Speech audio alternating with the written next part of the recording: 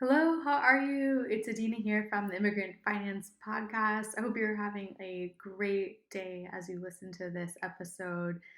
I'm going to jump in on the topic of 3 tips how you can handle any financial setback that comes up that is going to put you in a better place, help you be more prepared, help get you to a better mindset, and allow you to keep moving forward no matter what happens.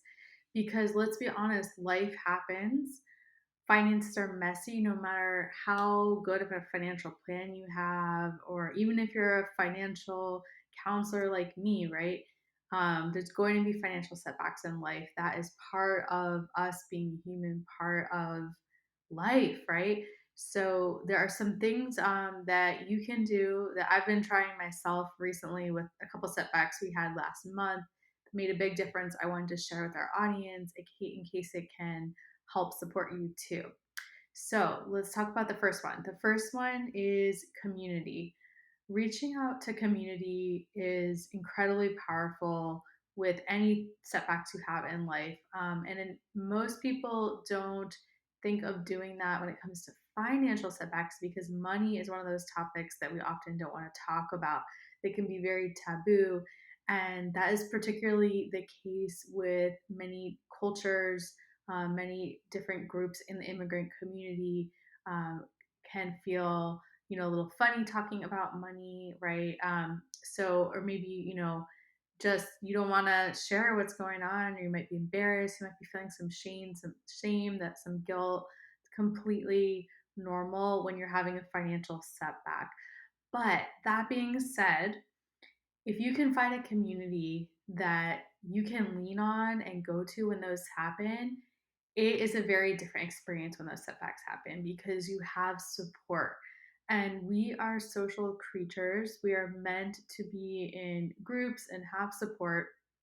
And having a group like that can hope, first of all, help you not feel as bad, give you encouragement, be there for you, listen, support you, remind you it's going to be okay, remind you you've gotten through hard things before, help empathize and they can people and it can tell you, they've been through that too, and this is what worked for them, this is what didn't work, give you some advice, right? They might be able to give some suggestions, something you never thought of. So, however, you can find a group of people who are motivated to be improving their finances and stay connected with them, I would strongly recommend that. And there are lots and lots of groups online, different personal finance communities. There's a lot of personal finance folks on Instagram and communities built there. So definitely look and find one that speaks to you, right? It doesn't matter which one, it's just really about finding one that makes you feel supported. If you are part of the immigrant community and you're looking for that, I would definitely recommend that you check out our free Facebook group, Building Wealth for Immigrant Families. That's a good place to hang out and connect with other people who also are looking for support and focused on building wealth, focused on investing, starting businesses, getting out of the paycheck to paycheck mode and doing that as an immigrant or family member of an immigrant. So if you want to join that group, check out, it's just facebook.com/group/immigrant finance. And we've got a bunch of free trainings in there as well that can help guide you. If you go to the tab guides, you'll check out and be able to see those trainings.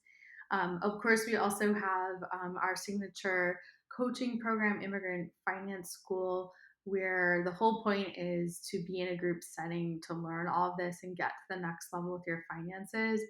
I have really seen now from the few years of doing group coaching through that program, the results people get when they're in a group setting. So when you have a community of people like that who are alongside you, who you can relate to, who look like you, who sound like you, who might be from similar countries as you, or maybe from a totally different country, but they know what it's like to be an immigrant or to be the child of immigrants, it can be a game changer because it gets rid of those excuses when you're like, I can't do it because of this reason, because of my background or where my family's from or my accent or my lack of education in the US, my immigration status. It's a game changer when you see people around you in the same situation who are doing it, who are taking the steps, who are investing, who are increasing income, who are building generational wealth. So it's a great, great community to be part of. And you can also always form your own community, right? So if you have like a couple friends you've connected with who are also interested in these topics, form a group. Like set a time once a month where you all get together. It can be, over the phone, in person, on Zoom, whatever it is. It can be a WhatsApp group just to check in, provide that support and accountability, and a place you can go to, people you can go to when you have those setbacks so you don't have to feel so alone. Let me tell you, finances and financial challenges and struggles are so much more difficult when we're alone. I can say that personally because for several years, when my husband Mao and I struggled with money and finances after he moved to the US, we felt very alone. We didn't have that community, and it was very painful and anxiety provoking and stressful and overwhelming to try to figure out all this money stuff alone without that support. And I think we would have gone there a lot faster if we had had a community, or at least we would have felt better in the process and it would have been less painful. So that's the first way how you can better handle financial setbacks. The second way is to celebrate wins. And I know that might sound counterintuitive when you're having financial setbacks to think about celebrating. You might be like, what is she talking about? But here's the thing, there's always something to celebrate, and it can be hard to see what those are when you're really stuck in a negative place and going through a lot of challenges financially. But by forcing yourself or encouraging yourself or motivating yourself to start to see the little wins, it really starts to change your perspective. And it can be the smallest thing. It can be, I got out of bed today, right? Or it can be, I paid off a small amount of my credit card this month, or I didn't go over my budget this month, or maybe I started saving a little bit, or maybe I got an idea of how I could take a step forward. Whatever baby step it is, maybe you decided to cook dinner for yourself instead of buying out, and you were able to save a little bit. Whatever it is, start writing down those little wins. It has such an effect mentally if you keep a list of it. I actually keep a list on my phone of wins to help me in my downtimes. And whenever I have a win, whether it's small or not, I will try to remember to add it there. And I will go back to that during my setbacks and struggles and remind myself of the success I've had, that I've been through hard times before and I've gotten out of it.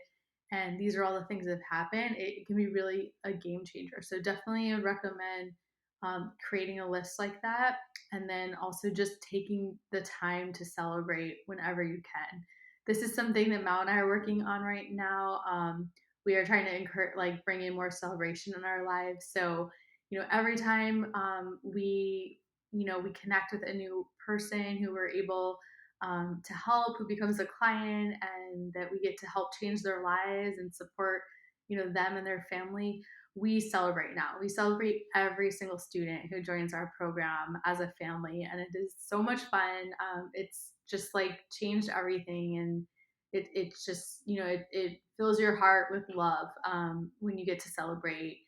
And this is like part of the joy of living, even in the down times. And so it's not about getting rid of the negativity, right? And like ignoring the setbacks. It's about trying to tip the scale a little bit. So if you're like, in a major black hole right now, you're really struggling, then don't just think about, you could be like 99% of your mind might be going toward thinking about that and the setbacks and negativity.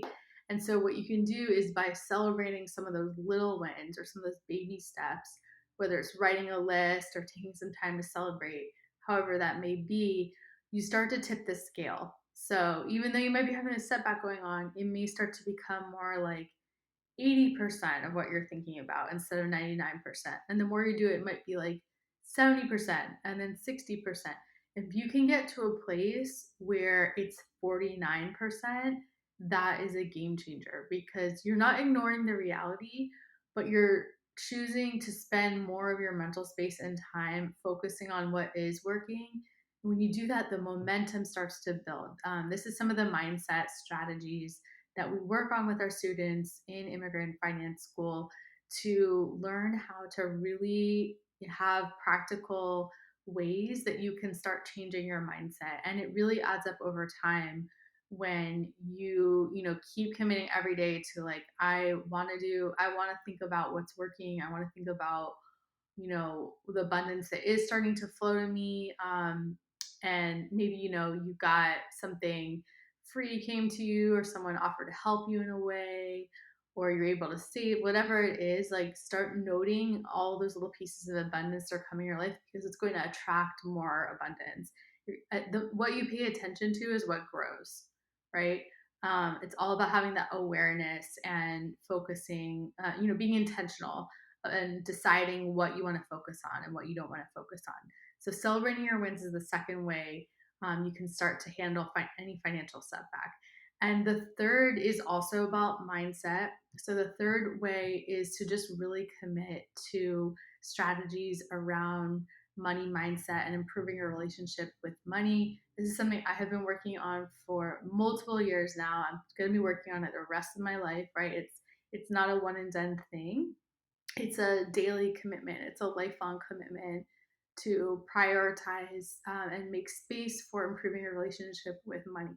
So if that's something that you think could help you, that you're ready to explore, we would love to support you and share some ways of how we can do that. We offer free 30-minute consultations. You can book anytime at immigrantfinance.com/consult. I hope this quick episode gave you some practical strategies you can use the next time that you have a financial setback. And thank you for your time and energy listening today. Have a great rest of the day.